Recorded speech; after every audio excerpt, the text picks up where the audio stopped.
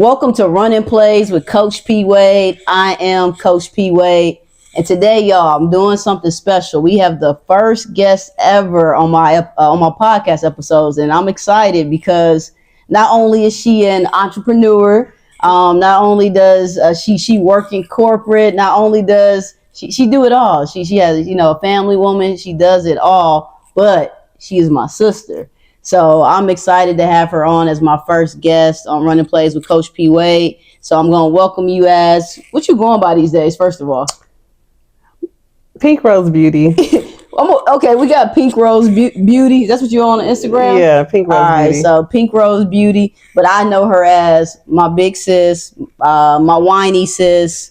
But I love her. This is Gina Wade, right? Yes, ma'am. All right, so we got Gina Pink Rose Beauty Spa. Pink Rose Beauty? It's Pink Rose Beauty. It's Pink Rose Beauty. It's Beaute. Pink Rose Beauty. I'm going to make sure I spell it right when I put it on there. So I got my big sister here with me today, which I'm thankful that you decided to come. You're welcome you're welcome. You came to chop it up with me. So just to start it off, this is something new I like to do. We're going to do a icebreaker question. So you're going to pick one of these cards. Let's see. And I'm going to read it out to you. All right, we're going with that one? Yeah. All right. So what is your biggest fear in life?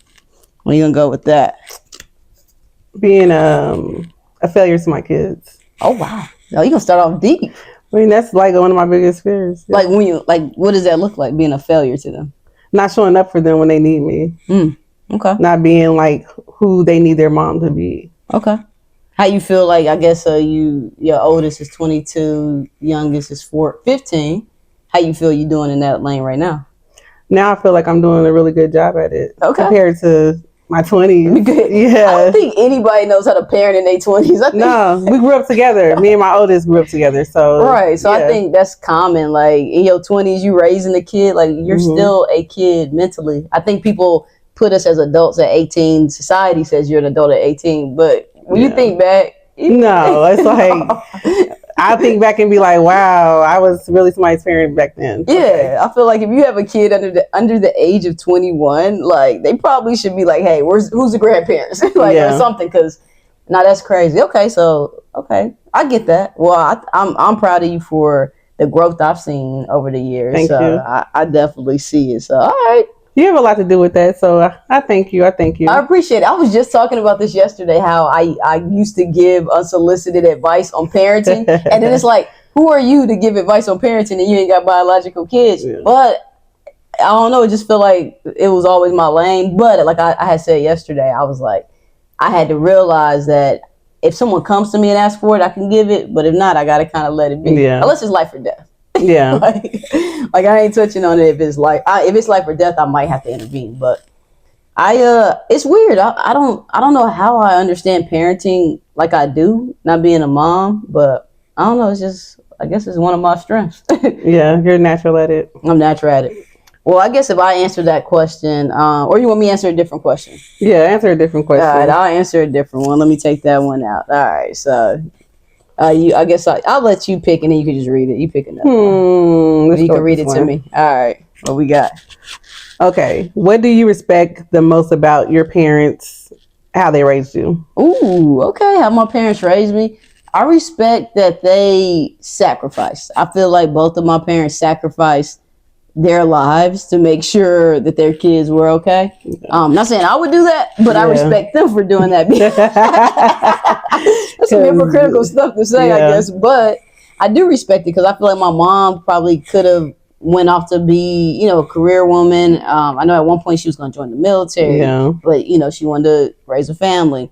There was points in life where she wanted to go into these leadership positions, but then she was like, oh, but they'll take away from me, taking you to, it was so much. So I feel like my mom sacrificed, or our mom sacrificed a lot. And then my dad, I know he had his dreams in life where it was to be a professional athlete. And I feel like that he gave up that dream of pursuing that, joined the military so he can raise his family. So I would say the sacrifices of their lives, honestly, that sounds kind of crazy, but I do respect it about them. They did it. They both came from nothing. They were both from poverty. And then to put us in the position like they they took the baton from their parents, ran further, and then now we got to be ahead. You know what I'm saying? Yeah. So I would say for me, that's what I respect. That's a good answer, though. Yeah, it's they definitely made a lot of sacrifices. They definitely made a lot of sacrifices, and I don't know about hey, thank you for the sacrifices. After this episode, I'm gonna make sure I call them both and be like, hey, I appreciate. I think I tell them I appreciate them, but I don't think I ever considered that they did, or I never said it to them. Like, I appreciate you making those sacrifices, because they did, and me being the age I am, I could never. Yeah, a lot of the stuff they did, I could never either. So yeah, because I'm so driven, and that's why God didn't give me biological kids. There we go. Well, no, I think you would be somebody who would find more balance. Maybe, like mommy never was able to find the balance that she needed. So yeah. Maybe that's what it was. She couldn't find the balance. Yeah. That's one of those things. I appreciate it, but yeah, I know for me, I wouldn't be able to do it. So that's why I truly appreciate it. Like thank you, Mom, thank you, Sassy. All right, so today we're gonna hop into the topic. So today, the episode, we're talking all about the Benjamins, all about this money. I'm chasing money. I'm out to get the money, motivated by money. Everybody, especially here in Atlanta, especially in all these big cities, everybody chasing paper, right? Like, that's in our culture, in our music. Everybody's, being an entrepreneur, selling this, selling that. Everybody want all this money, but and that's a good thing, because I know Kanye said having money is not everything, not having it is. I get that, but I think maybe we going too far with it. Yeah, like everything is money motivated, and you brought it to my attention the other day, where somebody was asking you. So Gina just started doing online step classes, like cardio classes. And somebody was asking why she's not charging, and they just think it's really crazy that she's not trying to make a profit off of doing an online step class. And I'm gonna let you take over from there. Like, what was your response to that? My response was pretty much everything doesn't have a price on it. Yeah. Everything doesn't have a cost. For me, it doesn't at this point in my life, because I really enjoy working out. I really enjoy helping women, as far as doing step aerobics. It's something that I'm going to be doing anyways. But if you're passionate about something, sometimes a cost doesn't have to come with it. A price doesn't have to come with it, because maybe my tribe is the woman who can't really afford to pay someone to, personal train, or they can't afford to pay to go to a gym, or they're just embarrassed to go to the gym at this point right now because of their weight and stuff like that. So I don't want no one sitting at home like, I want to do her class, but I can't afford it. I can't afford it because everything's so expensive these days. It is. Everything is going up. And I know there's going to be people, so I'm going to address this here like, well, I got to put a price on my time. Yeah. And I get that part of it, especially as an entrepreneur. But I think there has to be times where, like you said, money can't be tied to it all the time, right? No, it can't be. And this is like my give back to the community. This is, no one knows like why I'm doing it. Right. But I know why I'm doing it. So it's my give back to the community of women that I know. Right. So yeah, it doesn't have to have a price on it, because just being able to talk to someone and they're saying that I helped them, or they're working out with me, or that's really like, I enjoy that. It's fulfilling to have that moment. Yeah, I get that. Yeah, it doesn't always have to have a price on it. That's true. I'm going to say this, because from growing up, being around you, especially in our 20s, you were so money motivated. Like you was literally all about the Benjamins. You was like money. Like everything was like a money focus. Like when did that shift happen for you? I would say that shift probably happened for me maybe about 3 years ago. Okay. To where the shift really happened. But yeah, I was focused on money, and me being money motivated, the wrong people come into your life. You're depressed. It's a lot of bad things that come with just, you're waking up every day, and the first thing you're waking up is just thinking about how I'm going to make this money. So, and it's never going to be enough. No, it's never going to be enough. That's the thing you learn. You blow it. You do so many things with the money that you're making that you're just waking up money. So, I know like probably about 10 years ago, I had said a prayer because I was living, I was getting fast money at one point in my life in my 20s. And I'm making so much money. It's fast money, but I got the wrong people around me. Mm-hmm. You know, my mom is throwing oil on me every time she sees me, you know. And it was like, you know, I had the money, but I was really depressed. You was really depressed, yeah. I was a mean person. Yeah.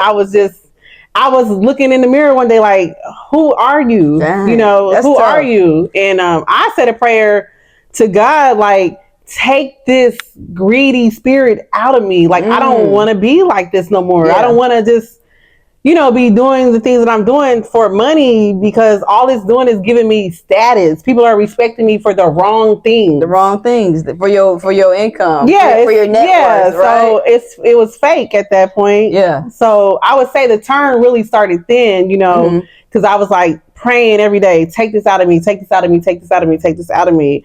And when it finally, you know, did come out of me, you know, I relocated, came here, had to start over with nothing. Started from the bottom again, you know, because you had the money, and then the money, since, you know, you're just out partying and buying whatever you want to buy, you're blowing the money too. Yeah, and you got to keep trying to get it back. You just hustling. Yeah. But that's the thing. That's what our culture is about. We're going to get to the culture piece, but I want to first touch on two things you said.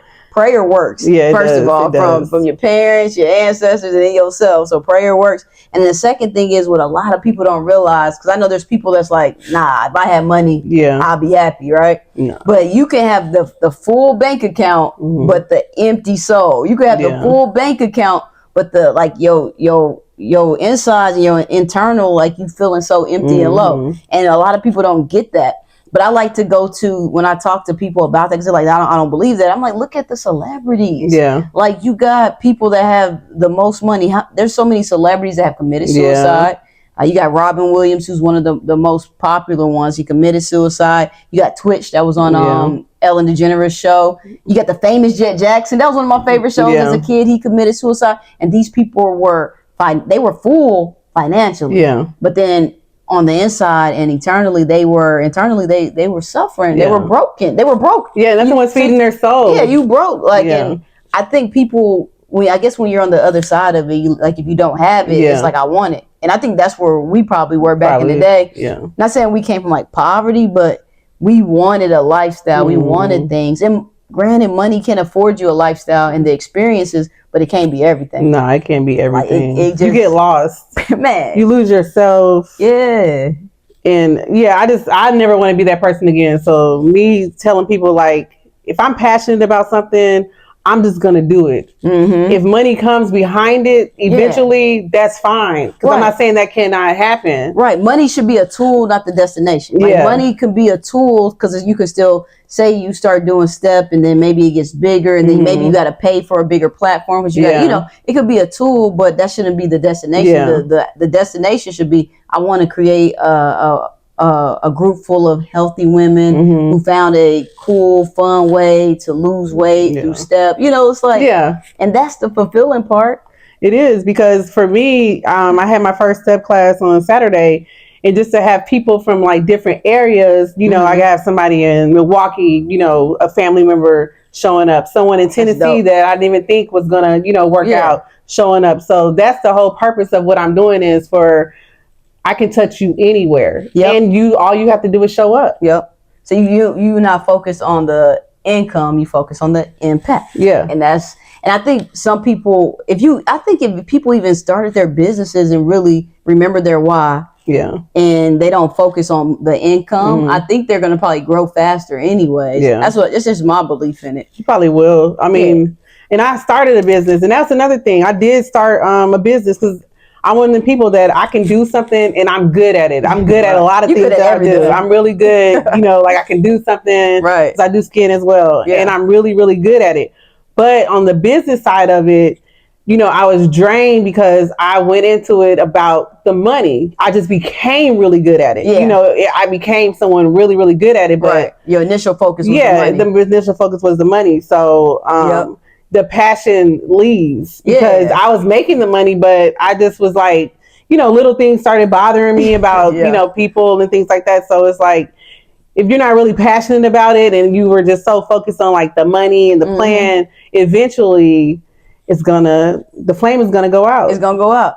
Yeah, I would say for me, because I was money driven at one point. I'm like, I need to make 100,000. Then I'm like, I got to make this and that. And I was so money driven, and I don't even know if people know this, like, are even close people to us. I was so money driven, and I had a job that you made commission. If you hit a certain point, it accelerates your commission, right? So it's like if you in the month at like we would say $2,000 in commission, but if you hit 2,300, they take that 2,300 to 3,700. It like hits you in the accelerator.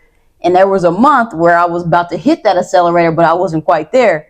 And then my grandma died.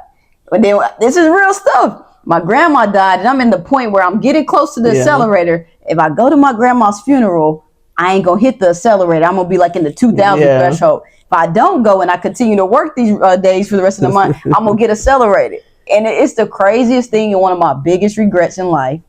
But I did not go to my grandma's funeral. That's how money motivated. Chasing the bag. Like think about that. There's only one time my grandma was about to have a funeral.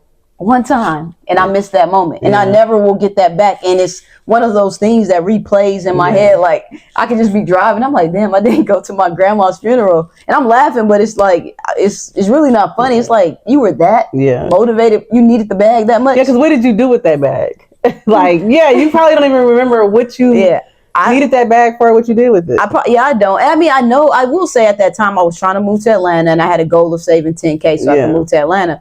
But it's like if I would have missed that $1,300, $1,400, like would that really have prevented me from moving? No, it wouldn't have. So that was one of the things. Like I'm like, you can't just be money focused. But that didn't change me. That wasn't the moment that changed me. Oh, I still went after the bag. I was about that bad. I even got to the point where I was so about I'm gonna tell y'all, this is crazy. We're gonna be real on here. I got to the point I was chasing the money so much. I was married, and I didn't care about my marriage because it's like I remember my partner at the time was like, all you care about is work, and I'm like, I'm making money. Like that was like I care about the money versus that. And it's like, dang, like where when you gonna start? So then I wasn't making 100,000 yet. I'm like, I'm trying to get to 100,000. I got to 100,000. It did nothing for me. I was depressed. I was like, I thought when I made 100,000, I was going to be on top of the world. Like, that's why they made it look back in the day in the rap videos, all about the Benjamins, money on my mind. I'm like, this morning I woke up thinking about money. I jumped up like, golly. So it's like, I think, this is a good segue into our culture. Like how do you feel like the culture has impacted our mindsets? Because I was just talking about it today about what we consume. That plays a big impact on your life, and it influences you. So what do you think about the culture and the music and all that? The culture and the music definitely a big influence. I would say now I listen to more like Southern soul music, more blues, more R&B, and I can tell the difference in how I am from listening to that type of music now because. The rap music, talking about the bags and you need to get this, you need to get this, like, it's not real. Like, that's just not what life is about. It's not. Like, we can probably go song for song, hustler music, spend a check and get it right back. Every day I'm hustling, money on my mind, all about the Benjamins. I mean, the list goes on. Money, power, respect. Get money. Yeah. think about how that probably all like infiltrated our minds, and we're like, we think that's what life is about. But it's not. I'm on the paper chase. Like, we just thought we had to go get this money. And then, of course, you see the glamorous lives on TV and then now social media. And it's like, I want that. Yeah. And they all show their money. But, like, in reality, now when you see these people in real life, because Instagram and social media allows you to see, you're like, oh, they empty. Yeah. Like, oh, they was getting the bag, but they're really depressed. Yeah. And that's the part I'm like, man. That's a hard life for them, too, because they have this image that they have to upkeep. And, it's just like, who wants to really wake up every day pleasing everybody because you want to like paint this picture of, what's going on, or you just chasing the bag. You got to find some money. You got to find a way to make it. Right. And then on the other side of that is, and I know even us, we both probably can relate to, or it might resonate with us and others. But when you got all this money, are they even around you for you? Yeah. Or they're around you for your money or what you can provide? And like, how real are your friendships, relationships, all that stuff when it's all about money? You know what I'm saying? Like, I know I'm naming this episode all about the Benjamins, no Diddy, but like even Diddy, I'm gonna touch on Diddy. Where they at? Diddy, he had all the money, all the power. I have not seen anybody really now step up, and they're not about to back him. No, like they around you because you had the great parties and you provided the drinks and the bottles, and now all that's gone. Yeah. So where are they now? And that's the reality. That is the reality. Like, that's a really good. How you just put that? That's because it's real talking, and everybody can see it. Like, it's actually happening in front of us. Like, the money don't mean anything. It doesn't. It don't mean anything at this point. Like, he lived that great life. He had all the money. He's a billionaire at one point. But now what? Yeah, so it's crazy. Do you think, I know for me, like, I know money, I kind of touched on it, money impacted some of my relationships. Do you feel like money has ever impacted any of your friendships, relationships, anything like that? Well, yeah, because honestly, when I, was in the streets and making fast money, I had a different crowd around me. I had a lot of friends. Everybody wanted to hang with, everybody wanted to hang with me. But me leaving and coming here, and that wasn't like my, path anymore. And no one came to visit me. No one called me. No one checked on me. Right. All those people that were hanging with me every day, like all the time, like they forgot about me. They forgot about you. They probably never even knew the real you. They didn't. And it was just like, wow. Like, I realized that, like, I didn't have any real friends. Those people were around me because I could go out and pay for everything. Or, I had status in the city. So, why not hang? Like, I'm going to go with her because she going to get in, so stuff like that. But no, everyone leaves. I still have some friends that are still around. Those are my real friends, but most of they're not there anymore. They're not in the picture. They're gone. That's crazy. But that's just the reality of it. So it's impacted friends. How do you think we can get people to shift their mindset? Like, especially we in Atlanta, and not just even Atlanta, but everywhere. I know I touched on this. Like, everybody's trying to get to the bag. Everybody wants it. But how do you think, is there a way where people can shift from being so money driven to purpose driven? I don't know. I really think that has to be something that, like, just it's put in you at some point to where you kind of like, you wake up and you look at yourself in the mirror and you're like, who is this? That's why I said you have to have that moment. Get at that moment. So something probably has to happen. Yeah. So a life experience probably has to happen to bring you to that moment, or just age and wisdom at some point. I'll say age and wisdom too, but that's something drastic probably gonna have to happen. You might lose somebody, or something. You might go to jail like Diddy. I don't know. my bad. But I'm just saying, something might happen to where now you like, like, it's not. I want to be more purpose driven. I would say, and that's where I'm at right now. Like, I have my job, my 9 to 5, but I'm so fulfilled by helping people. I went to volunteer, and I've been volunteering all year because it's something I put on my vision board. But just to see the people's faces when you give them food or you give them something, it's like, wow, like, that's so much more fulfilling than the day I get my check in my bank account. And I never thought I would get to that point, but I'm fulfilled. Like, people want me to coach them, and I'm like, just let me know what's going on. I'm gonna talk to you about it. I don't even need if I can help your heart, if I can help you move forward in life right now, that's more than you paying me. Like, for me, it's more fulfilling. Yeah, the purpose is way more fulfilling. For me, I would say the same thing. If somebody's sending you a message just saying, like, hey, this was amazing, or thank you, keep doing this, it's really helped me, or your page motivated me, I'm telling me their story about, their weight loss journey or anything like that. Yeah, that makes me feel way better than $100. Way better than $100.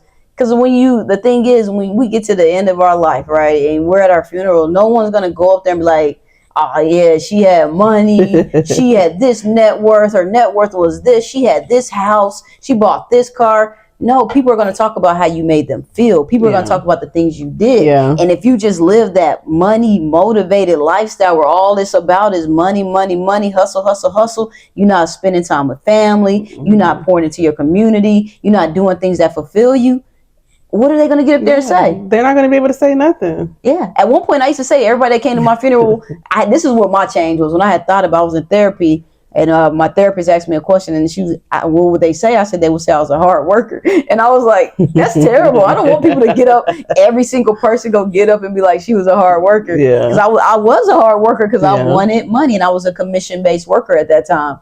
So now that I am into the entrepreneur world, I'm like, some things, like, you're going to charge for things when, you know, but that can't be the primary focus. It can't be the main focus. Like, it just can't be. Yeah, and I think, and I'm gonna tell this to anybody watching this: if you go into whatever you're trying to, like whatever your dream is, whatever your business idea is, whatever your goal is, if you go into it not thinking about the money, but thinking about your why, and then thinking about the impact, I really truly believe you're gonna go further than if you just focus on the money. That's just my thoughts on it. I feel the same way. The why, it matters more. Yeah, the why is gonna keep you going. The why is gonna wake you up. You know what I'm saying? Like the why is gonna, like, when things aren't looking right or things ain't perfect. You know, because it's when you're a business owner. It ain't every day ain't beautiful sunshine. It's not a good day every day. So you're gonna have to go into your why when your bank account and on a negative, or you got an outstanding loan, or whatever the case may be. Entrepreneurs go through a lot. It's a lot of stress that you're already putting on you. So you definitely can't. I'd say I always tell myself, don't worry about the money. The money's gonna come. The money's gonna come. If you have, and then that's the thing, me being in church now, you're gonna get favor. Like, the money's gonna come. Like, I love tithing, giving. The money gonna come back to you. Yeah, it does. It comes back. And I've learned that. You know, I've learned from, you know, I give out a lot of free advice. I help people in some way, somehow. You know, the money comes back. It comes in different ways. So it's like some things, if you're passionate about it, you should just do it. You should not worry about the numbers. The money is definitely going to come. It's going to come. You just got to do it. You got to stay consistent with whatever it is you're choosing to do.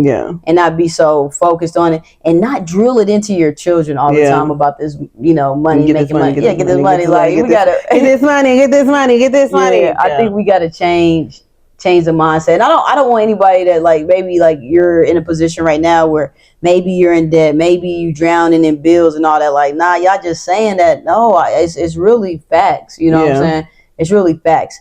Money, this is what I was going to say. Money, yes, it provides better experiences. It provides where you can maybe travel differently and all that stuff. It's going to provide that, but it's not going to provide happiness, and it's not going to provide peace. There's some people that could be, they can have $5 in their account right now, but be at peace because they may be doing something that they truly enjoy. They may be at peace because they have a spiritual life, religious life, whatever. They may be at peace, and that other person can have $500K and be over here, like, ready to take their life. You know what I'm saying? So peace of mind is free. Ooh, peace of mind is free. It's free. I love that one. We I tell people that all the time. Peace of mind is free. I love it, y'all. That's all I got. I think we're going to wrap it up with peace of mind is free. Yo, this was a great conversation. I appreciate you for stopping in, talking to me about this, the money, all about the Benjamins, and how we should shift from that, you know, money driven to purpose driven, right? And y'all, if you like this video, please like it, please share, please subscribe. Follow her at Pink Rose Beauty. I'm gonna drop it in here. Y'all follow me at Coach P Wade on all platforms, and that's all we got. I'm gonna see y'all next time. I'm out. Bye, y'all.